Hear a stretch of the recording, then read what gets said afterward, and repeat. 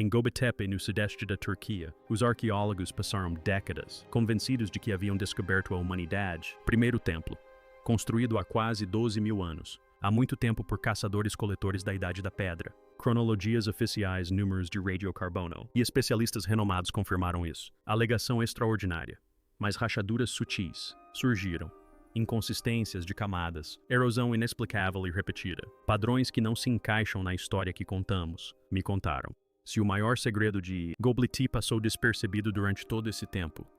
O que isso significa para tudo? Acreditamos que sabemos sobre o nascimento de civilização. Para responder, precisamos começar com a cronologia em que todos acreditam. Fragmentos de carvão, ossos de animais e vestígios de argamassa antiga. Estes são os materiais que ancoram o de Göbekli. Cronologia dos fatos científicos.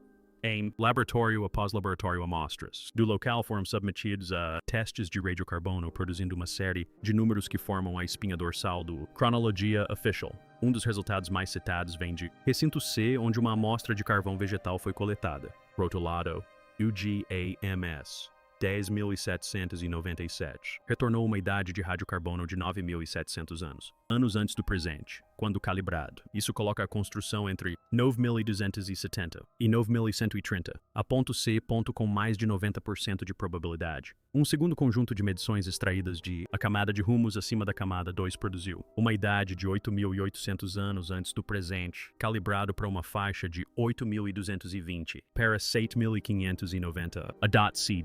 Isso estabelece um limite superior claro para atividade nas fases posteriores do site, mostrando que o uso continuou por séculos depois que as primeiras pedras foram levantadas. No recinto D, uma amostra foi coletada, de gesso de parede contendo matéria orgânica. O material forneceu uma data calibrada, entre 9.600 e 9.300 a ponto estou, reforçando a ideia de que a construção monumental começou em meados do 10º milênio antes de Cristo. Esses números não são isolados. Amostras adicionais do recinto A, incluindo dentes de animais e carvão, consistentemente se situam no final da 10ª e início do 9º milênio antes de Cristo. O padrão é claro. O mais antigo, partes de Göbekli foram construídas ao redor 9.600, a ponto C.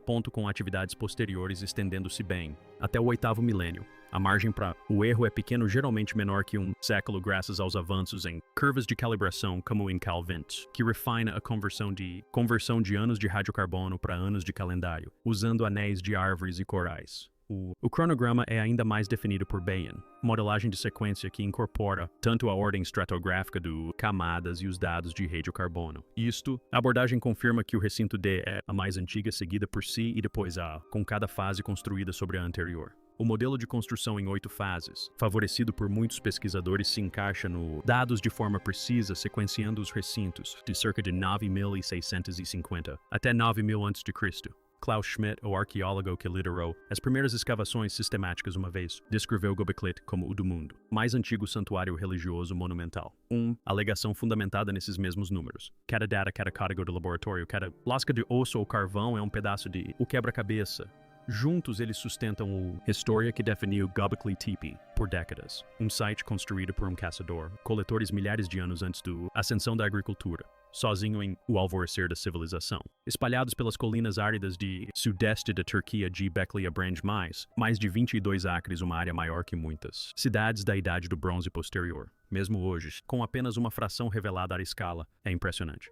Mais de 200 em forma de T. Pilares de calcário foram identificados, abaixo da superfície, cada um pesando até 20 toneladas e atingindo alturas de 5,5 metros. Os pilares mais altos se erguem sobre os espaços centrais dos recintos seus, tampos nivelados e quadrados seus lados, esculpido com relevos de animais selvagens, leões, raposas, javalis, abutres renderizados, com uma clareza que sugere habilidade e intenção.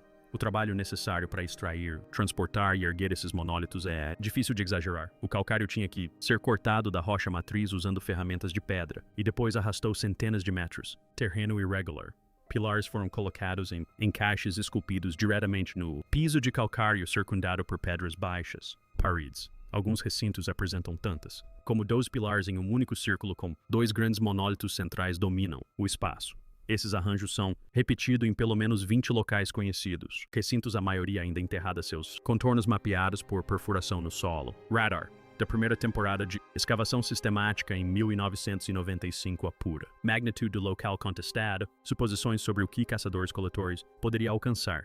nenhuma evidência de cerâmica. Não há vestígios de plantas domesticadas ou animais, apenas ferramentas de pedra, animais selvagens, ossos e a arquitetura monumental. Em si, a ausência de detritos domésticos levou Klaus Schmidt a uma conclusão ousada. Em entrevistas e publicações, Göbekli Tepe é considerada a mais antiga do mundo. Templo. Uma frase que se espalhou rapidamente, por meio de círculos acadêmicos e populares, mídias semelhantes. Este selo fez mais do que descrever pedras e esculturas. Reformulou o local como um ponto de virada na história humana. História é um lugar onde o ritual e a crença tinha prioridade sobre a sobrevivência diária. Milhares de anos antes do primeiro cidades ou língua escrita, a narrativa do primeiro templo tornou-se inseparável do aspecto físico do local. Realidade. Os números 22 acres, 200, pilares de 5,5 metros de altura serviam não apenas como estatísticas, mas como prova de que algo extraordinário estava acontecendo neste lugar, topo da colina. Há quase 12 mil anos, como Schmidt afirmou isso em uma entrevista de 2007. Aqui, logo no início, havia um santuário construído por pessoas que não ainda aprendeu a cultivar, mas quem já sabia como sonhar. Lee Clare caminha pelo perímetro de anexo de caderno de campo em mãos. A luz do sol incide nas bordas de um pilar. Relevo esculpido. Ele faz uma pausa traçando uma ponta do dedo sobre um sulco tênue, um dos centenas que se entrecruzam no calcário. Sob ampliação, a superfície revela uma história de contato repetido, superficial. Marcas de cinzel, algumas limpas e nítidas, outros desgastados e borrados pelo tempo. A granulação do calcário é interrompida por cicatrizes que correm em ângulos estranhos, sugerindo mais do que um único episódio de formação. A microscopia revela estrias em ferramentas de pedra, consistente com lâminas de sílex, mas também um mosaico de microfuros e abrasões. Evidências de exposição aos elementos antes do enterro. Amostras de sedimentos da base Os pilares contêm uma mistura de lodo cinzas e matéria orgânica compactada. Fino. A análise da seção transversal mostra camadas de vento, poeira soprada presa entre as construções, detritos sugerindo períodos em que o monumento estava a céu aberto. Em alguns lugares, as faces inferiores dos pilares apresentam uma pátina tênue, um brilho mineral, que se forma somente após anos de contato, com chuva e sol. Os cumes, por contraste, permanecem crus, suas bordas nítidas, onde estavam protegidos por aterro. A estratégia complica o cenário. Camadas invertidas aparecem no preenchimento com sedimentos mais antigos recobrem os mais jovens. Material, uma inversão que sugere o reaterro não foi nada simples, nem imediato. As anotações de Clare registram disposição estranha de ossos de animais e queimados. Sementes algumas pressionadas profundamente contra a base do pilar, outros espalhados na parte superior. Preenchimento. O padrão aponta para periódico, limpeza, reutilização e talvez ritual. Deposição em vez de uma única abrupta. Soterramento. A erosão em alguns pilares é irregular, com uma face profundamente desgastada e outra quase intacta. Essa assimetria, combinada com o registro sedimentar, questiona a noção de uma construção e soterramento em uma única fase. Em vez disso, as evidências sugerem ciclos de exposição e ocultação que abrangem gerações. Uma sequência escrita em pedra-sedimentos e na linguagem silenciosa das marcas de ferramentas. Inchi Carl está debruçado sobre um tablet digital, traçando com o dedo um mapa que revela o que se esconde sob a superfície de Göbekli Tepe. Durante anos apenas, os recintos expostos A, C, C e D indicavam a complexidade do sítio. Mas à medida que o radar de penetração no solo varria o topo da colina, um novo padrão começou a emergir. Os ecos subterrâneos mapearam mais de 20 recintos cujos contornos formam uma teia que se estende para além das pedras visíveis. Cada círculo ou oval é ancorado por pares de pilares em forma de T e suas posições não são aleatórias. Análises estatísticas mostram que as distâncias entre os pilares centrais se repetem com uma precisão impressionante, como se os construtores tivessem seguido uma grade medida. A equipe de Kourou mapeou os alinhamentos. Os recintos B, C e D formam os vértices de um triângulo equilátero com seus centros separados por vãos de pedra quase idênticos. As mesmas relações geométricas aparecem em Kahan Tepe e Sefer Tapi, dois sítios irmãos na região de Tos Tempela. Ao longo do planalto, a orientação da entrada de cada recinto se concentra em torno do sudeste, coincidindo com o ponto de nascer do sol no solstício de inverno na época da construção. Pilares esculpidos com raposas, javalis e serpentes estão voltados para a mesma direção, com seus motivos se repetindo em sequência de um anel para o outro. Não se trata da dispersão de abrigos temporários ou do caos de uma única explosão de construção. A ordem espacial sugere um projeto, um plano intencional que se estendeu por gerações. A disposição de cada pilar, a repetição de símbolos animais e os espaços medidos entre os círculos apontam para uma coordenação de longo prazo. Kuru descreve o sítio como um sistema trabalhado. Sua arquitetura ecoa uma lógica compartilhada que conecta não apenas as pedras, mas também as pessoas que as moldaram ao longo dos séculos. No silêncio da tenda de escavação, as evidências na tela de Kulu sugerem um segredo inscrito no próprio solo.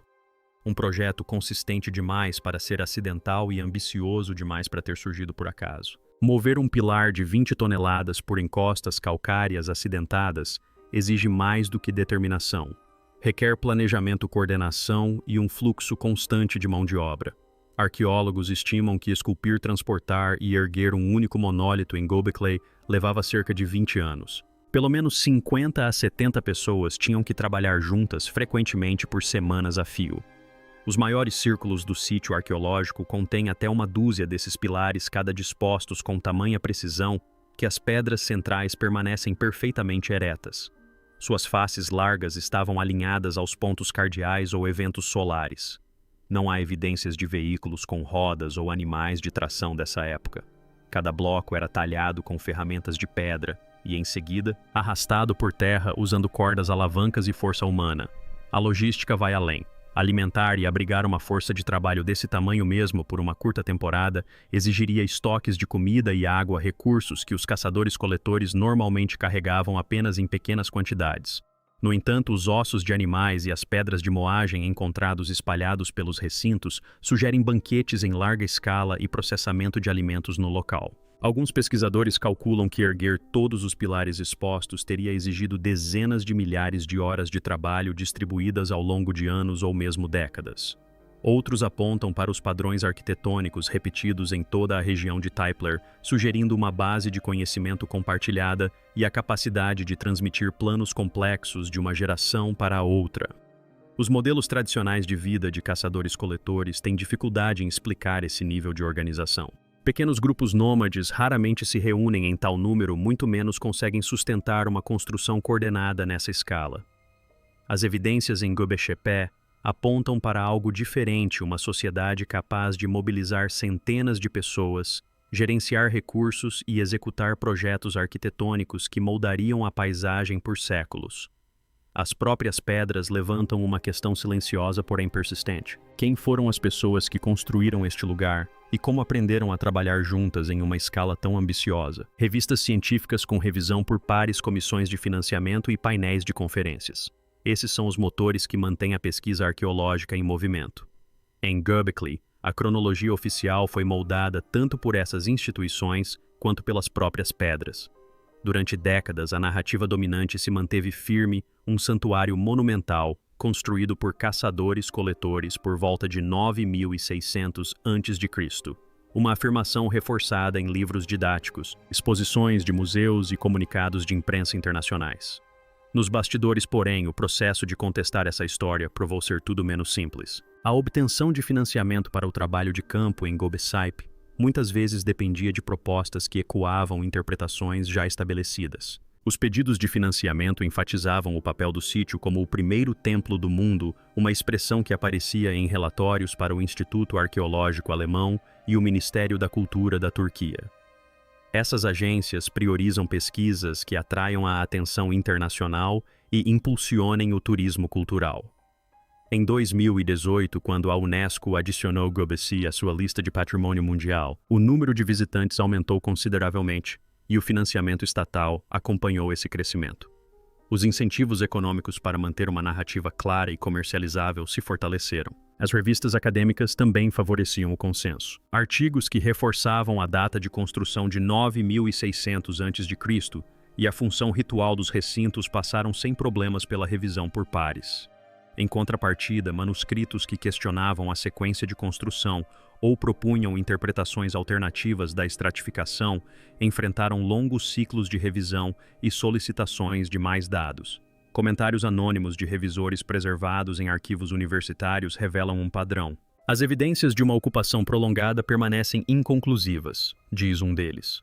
Outro observa: a cronologia estabelecida é robusta. Alegações extraordinárias exigem provas extraordinárias. Declarações oficiais ecoaram essa cautela. Em um discurso de 2022, o ministro da Cultura, Mehmet Nuri Ersoy, elogiou a contribuição do sítio para a identidade cultural da Turquia, destacando seu papel no patrimônio nacional e no desenvolvimento econômico. A pressão para alinhar a pesquisa a essas prioridades era sutil, mas persistente. Como resultado, interpretações alternativas, por mais bem argumentadas que fossem, muitas vezes se viam marginalizadas, aguardando novos métodos ou descobertas impactantes para mudar o rumo do debate. Durante anos, as pedras de Göbekli contaram uma única história, não por ausência de divergências, mas porque a máquina acadêmica e o turismo recompensavam a concordância. Uma cronologia que se estendesse por séculos e não por décadas forçaria uma revisão de tudo o que se supunha sobre o nascimento da civilização. Se os recintos monumentais de Göbekli foram moldados e remodelados ao longo de gerações, o sítio torna-se mais do que um marco ritual. Torna-se evidência de uma sociedade em transição dividida entre dois mundos. A escala de organização necessária para sustentar tal esforço ano após ano sugere estruturas muito além do alcance de pequenos grupos nômades. Trabalho coordenado, gestão de recursos e a capacidade de transmitir conhecimento arquitetônico através do tempo indicam uma comunidade com laços sociais profundos e memória compartilhada. Os arqueólogos agora debatem se o povo de Göbekli era realmente composto por caçadores-coletores no sentido tradicional. Pedras de moagem, fossas de armazenamento e vestígios de ocupação repetida apontam para uma população que experimentava novas formas de viver. As fronteiras entre caçadores-coletores e agricultores tornam-se tênues à medida que se acumulam evidências de festas e encontros que exigiam o armazenamento de alimentos e planejamento a longo prazo. A complexidade do sítio arqueológico levanta questões sobre as origens da hierarquia da liderança e das crenças. Se a construção monumental começou antes do surgimento dos primeiros grãos domesticados, então a história da agricultura e da vida sedentária pode precisar ser reescrita. Alguns estudiosos, como Lee Clare e Necmi Kuru, argumentam que Göbekli se encontra no limiar do Neolítico não como um salto repentino, mas como o produto de uma mudança gradual. Os motivos arquitetônicos repetidos, a cuidadosa sequência de recintos e a presença de elementos tanto rituais quanto domésticos sugerem uma sociedade que negociava as demandas de uma nova era. Essa cronologia reimaginada reformula o sítio como um laboratório de adaptação humana, onde padrões antigos colidiram com possibilidades emergentes. As consequências se propagam, desafiando a narrativa de que a agricultura e as aldeias permanentes eram pré-requisitos para a complexidade. Em vez disso, Göbekli sugere um mundo onde a crença, a cooperação e a visão compartilhada vieram primeiro, lançando dúvidas sobre onde e como a história da civilização realmente começa. Hoje, Göbekli ainda resiste a uma explicação simples. À medida que novas descobertas surgem, o debate deixa de ser apenas acadêmico. Ele desafia a forma como definimos as origens da civilização. Cada pergunta sem resposta expõe os limites do nosso conhecimento e daquilo em que queremos acreditar. As pedras permanecem silenciosas, mas nossa busca por seu significado continua. O que você acha que se esconde sob a superfície? Compartilhe suas ideias abaixo.